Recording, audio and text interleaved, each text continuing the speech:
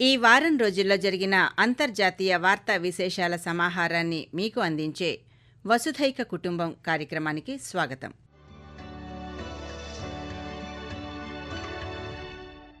భారతీయులు ఎంతో ఆనందోత్సాహాల మధ్య జరుపుకునే దీపావళి పండుగ ఈ సంవత్సరం దేశం వెలుపల కూడా వైభవంగా జరిగింది. విదేశాల్లోని ప్రవాస భారతీయ సమాజం ఈ దీపావళిని సాంప్రదాయబద్ధంగా జరుపుకుంది. దీపావళికి ప్రపంచ దేశాల నాయకుల నుంచి శుభాకాంక్షలు కూడా లభించాయి. భారత ప్రధాని నరేంద్ర మోదీకి అమెరికా అధ్యక్షుడు డొనాల్డ్ ట్రంప్ శుభాకాంక్షలు తెలియజేయడమే కాకుండా వైట్ హౌస్ ఓవల్ ఆఫీసులో మంగళవారం రాత్రి జరిగిన దీపావళి వేడుకల్లో పాల్గొన్నారు. ప్రజలకు దీపావళి శుభాకాంక్షలు తెలియజేశారు. ఈ కార్యక్రమానికి పలువురు భారత్ అమెరికన్ వ్యాపారవేత్తలు, ప్రముఖులు కూడా హాజరయ్యారు. భారత్ అమెరికాల మధ్య చాలా మంచి సంబంధాలు ఉన్నాయని ఈ సందర్భంగా డొనాల్డ్ ట్రంప్ పేర్కొన్నారు. అదేవిధంగా బ్రిటన్ ప్రధాని కీర్ స్టార్మర్, కెనడా ప్రధానమంత్రి మార్క్ కార్నీ, ఇజ్రాయెల్ ప్రధాని బెంజమిన్ నెతన్యాహు కూడా భారత్కు శుభాకాంక్షలు తెలిపారు. ఆస్ట్రేలియా ప్రధానమంత్రి దీపావళి శుభాకాంక్షలు తెలియజేస్తూ భారత ప్రజల జీవితాల్లో ఈ పండుగ నూతన వెలుగులు తీసుకురావాలని ఆకాంక్షించారు. I wish everyone a very happy Diwali. As you gather to celebrate the great festival of lights, may this special time uplift you with hope for a bright future. May it be an absolutely wonderful celebration. Gaza సంక్షోభానికి తెరదించుతూ గత వారం అమల్లోకి వచ్చిన శాంతి ఒప్పందానికి భంగం కలిగించే పరిస్థితులు నెలకొంటున్నాయి. ఆ ప్రాంతంలో కాల్పుల విరమణ ఒప్పందం కుదిరినప్పటి నుంచి ఇప్పటి వరకు జరిగిన దాడుల్లో 97 మంది పాలస్తీనియన్లు, 2 ఇజ్రాయెల్ సైనికులు మరణించారు. దక్షిణ గాజాలోని రఫా వద్ద ఇజ్రాయెల్ రక్షణ బలగాలపై ఆదివారం హమాస్ దాడి చేసింది. ఈ దాడిలో 2 సైనికులు చనిపోయారు. ప్రతిగా ఇజ్రాయెల్ బలగాలు జరిపిన వైమానిక దాడుల్లో 19 మంది పాలస్తీనియన్లు మరణించారు. ఈ ఘటనను ఇజ్రాయెల్ ప్రధానమంత్రి బెంజమిన్ నెతన్యాహు తీవ్రంగా పరిగణించారు. దీనిని కాల్పుల విరమణ ఒప్పందానికి స్పష్టమైన ఉల్లంఘనగా పేర్కొంటూ గాజాకు మానవతా సహాయాన్ని ఆపేశారు. హమాస్ దీనికి వివరణ ఇస్తూ రఫా దాడిని హమాస్ రక్షణాత్మక చర్యలుగా చెబుతోంది. ఇజ్రాయెల్ బలగాలే తమపై ముందుగా దాడులు చేశాయని, ప్రతిగానే తాము దాడులు చేయాల్సి వచ్చిందని తెలిపారు. దీంతో ఇరు దేశాలు శాంతి ఒప్పందాన్ని ఉల్లంఘించినట్లయింది. ఈ పరస్పర ఆరోపణలు గాజాలో శాంతి స్థితిని మరింత సంక్లిష్టంగా మార్చేసే పరిస్థితి నెలకొంది. అయితే ఈ దాడులతో గాజా శాంతి ఒప్పందానికి వచ్చిన నష్టమేమీ లేదని డొనాల్డ్ ట్రంప్ ఒక సందర్భంలో వ్యాఖ్యానించారు. ఇక మరోవైపు లెబనాన్లోని హిజ్బుల్లా ఉగ్రవాద స్థావరాల లక్ష్యంగా ఇజ్రాయెల్ వైమానిక దాడులు చేసింది. ఐడిఎఫ్ ప్రతినిధి ఈ దాడులపై స్పందిస్తూ ఉత్తర కమాండ్ నేతృత్వంలో ఐడిఎఫ్ లెబనాన్లోని నబతియే ప్రాంతంలో హిజ్బుల్లా ఉగ్రవాద స్థావరాలపై వైమానిక దాడులు నిర్వహించిందని తెలిపారు. హిజ్బుల్లా ఉగ్రవాద సంస్థ లెబనాన్ అంతటా ఉగ్రవాద స్థావరాలను పునర్నిర్మించడానికి ప్రయత్నాలను కొనసాగిస్తోందని, ఆ సంస్థ కార్యకలాపాలు ఇజ్రాయెల్ లెబనాన్ మధ్య కుదిరిన అవగాహన ఒప్పందాన్ని ఉల్లంఘిస్తున్నాయని ఐడిఎఫ్ పేర్కొంది. గాజా కాల్పుల విరమణ ఒప్పందం పురోగతిపై చర్చించేందుకు బుధవారం అమెరికా ఉపాధ్యక్షుడు జేడీ వాన్స్తో నెతన్యాహు సమావేశమయ్యారు. వాన్స్ నెతన్యాహు సమావేశంలో గాజా పరిస్థితి, హమాస్ కార్యకలాపాలు, యుద్ధానంతర పునరావాసం, అంతర్జాతీయ సాయంపై విస్తృతంగా చర్చించారు. గాజాలో అంతర్జాతీయ దళాలను మోహరిస్తే భవిష్యత్తులో ఆ ప్రాంతం నుంచి ఉద్భవించే భద్రతా ముప్పులకు ఇజ్రాయెల్ సమాధానం చెప్పే అవకాశాలు తగ్గిపోతాయని ఈ సందర్భంగా నెతన్యాహు మాట్లాడారు. ఇజ్రాయెల్ ప్రధానమంత్రి బెంజమిన్ నెతన్యాహు ఈ సందర్భంగా కీలక వ్యాఖ్యలు చేశారు. ఇజ్రాయెల్ అమెరికా రక్షిత ప్రాంతం కాదని, ఎలాంటి ముప్పు ఎదురైనా ఇజ్రాయెల్ స్వయంగా ఎదుర్కొంటుందని ఆయన స్పష్టం చేశారు. ఇజ్రాయెల్ భద్రతను కాపాడేది ఇజ్రాయెల్ మాత్రమేనని, తాము ఇతర దేశాలపై ఆధారపడటం లేదంటూ వ్యాఖ్యలు చేశారు. One week they say that Israel controls the United States. A week later they say the United States controls Israel. This is hogwash. We have a partnership, an alliance of partners who share common values, common goals. We can have discussions, we can have disagreements here and there, but on the whole, I have to say that in the past year we've had agreement not only on goals but how to reach them, and I think we're pursuing them successfully.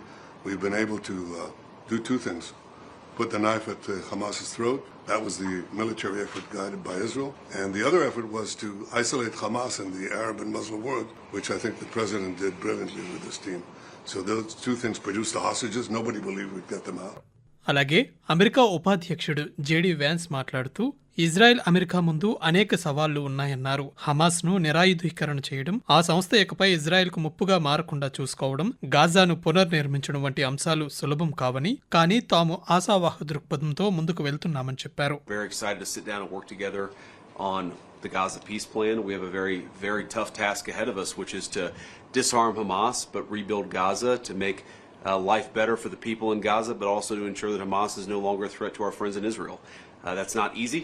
I think the Prime Minister knows that as well as anybody, but it's something that we're committed to in the Trump administration. And I think that we've, even in the past 24 hours, had a lot of good conversations with our friends in the Israeli government, but also, frankly, with our friends in the Arab world who are stepping up and volunteering to play a very positive role in this. So we're going to keep working at it. I didn't know what to expect, honestly. I know the president was here a week ago to welcome the hostages home and actually sign the deal. A week into it, there's a lot of work to do, but I feel very optimistic about where we are. So జపాన్లో తొలి మహిళా ప్రధానమంత్రిగా సనాయే టకాయిచి సోమవారం బాధ్యతలు స్వీకరించారు. ఓ మహిళ జపాన్లో ప్రధానిగా బాధ్యతలు చేపట్టడం ఆ దేశ చరిత్రలో ఇదే తొలిసారి. జపాన్ పార్లమెంట్లో ఎగువ దిగువ సభల్లో ఆమె మెజారిటీ సీట్లు సాధించారు. లిబరల్ డెమోక్రాటిక్ పార్టీ ఎల్డీపీకి ఆమె ప్రాతినిధ్యం వహిస్తున్నారు. ప్రధానమంత్రి పదవి కోసం 3 సార్లు పోటీపడిన ఆమె 3వ ప్రయత్నంలో విజయం సాధించారు. 1993లో స్వతంత్ర అభ్యర్థిగా దిగువ సభలోకి ప్రవేశించిన ఆమె 1996లో ఎల్డీపీలో చేరారు. షింజో అబే మంత్రివర్గంలో కూడా ఆమె మంత్రిగా పనిచేశారు. ఖతార్ రాజధాని దోహా వేదికగా పాకిస్తాన్, ఆఫ్ఘనిస్తాన్ దేశాల మధ్య శనివారం శాంతి చర్చలు జరిగాయి. ఈ చర్చలకు ఖతార్, తుర్కియే మధ్యవర్తిత్వం వహించాయి. పాకిస్తాన్, ఆఫ్ఘనిస్తాన్ దేశాలకు చెందిన రక్షణ మంత్రులు ఈ చర్చల్లో పాల్గొన్నారు.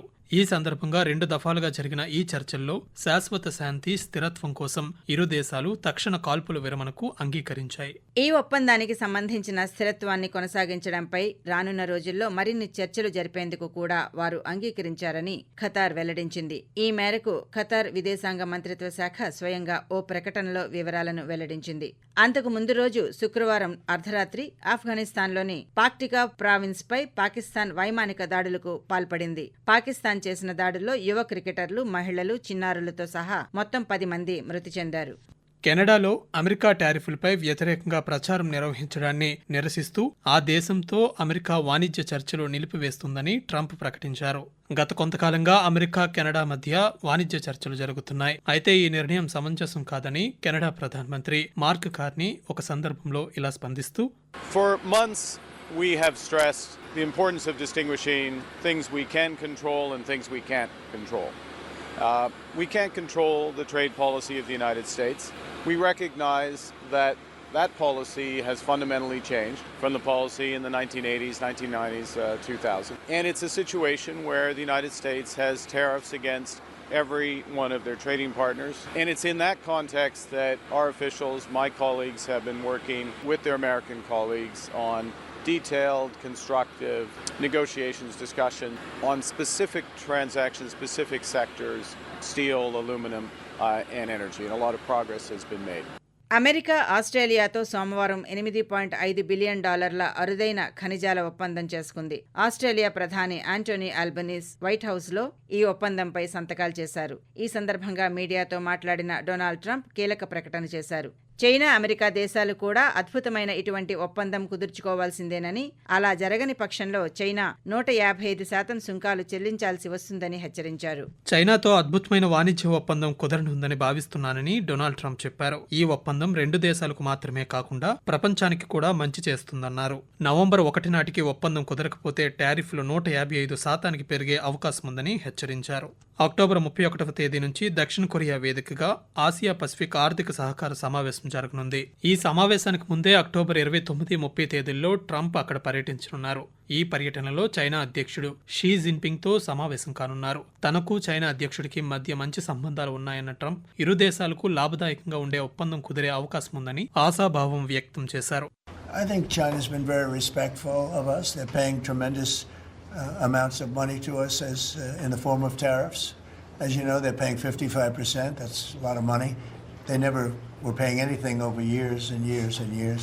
But they were like anybody else. A lot of countries took advantage of the U.S. They're not taking advantage anymore. No, China's paying 55% and a potential 155% come November 1st unless we make a deal. And I'm meeting with President Xi. We have a very good relationship. We're going to be meeting in South Korea in a couple of weeks. And we'll see what we can do.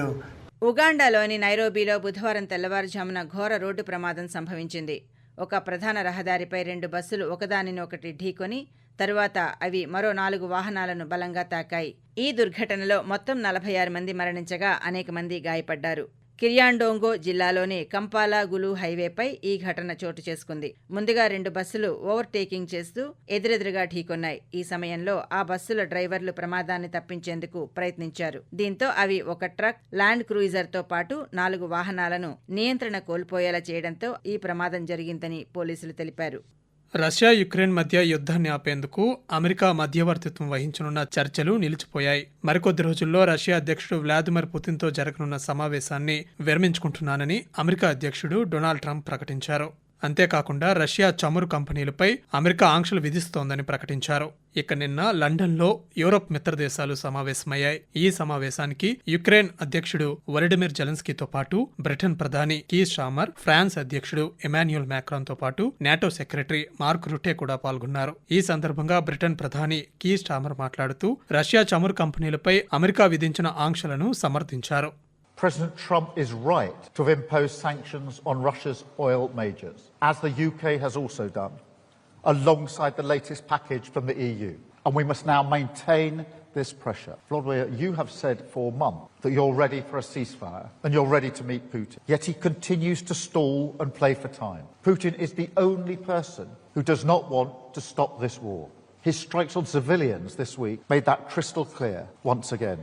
Targeting energy infrastructure ahead of winter, hitting young children in their nursery, claiming the lives in Kyiv of a 12-year girl and a 6-month-old baby. This is who Putin is. Time after time, he rejects the chance to end the war. In just the last few days, he's rejected the opportunity for talks once again, instead making ludicrous demands for Ukrainian land, which he could not and has not taken by force.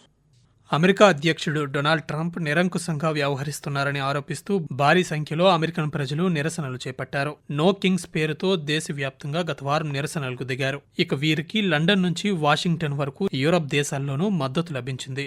భారీ సంఖ్యలో నిరసనకారులు రోడ్లపైకి వచ్చి ట్రంప్కు వ్యతిరేకంగా నినాదాలు చేశారు.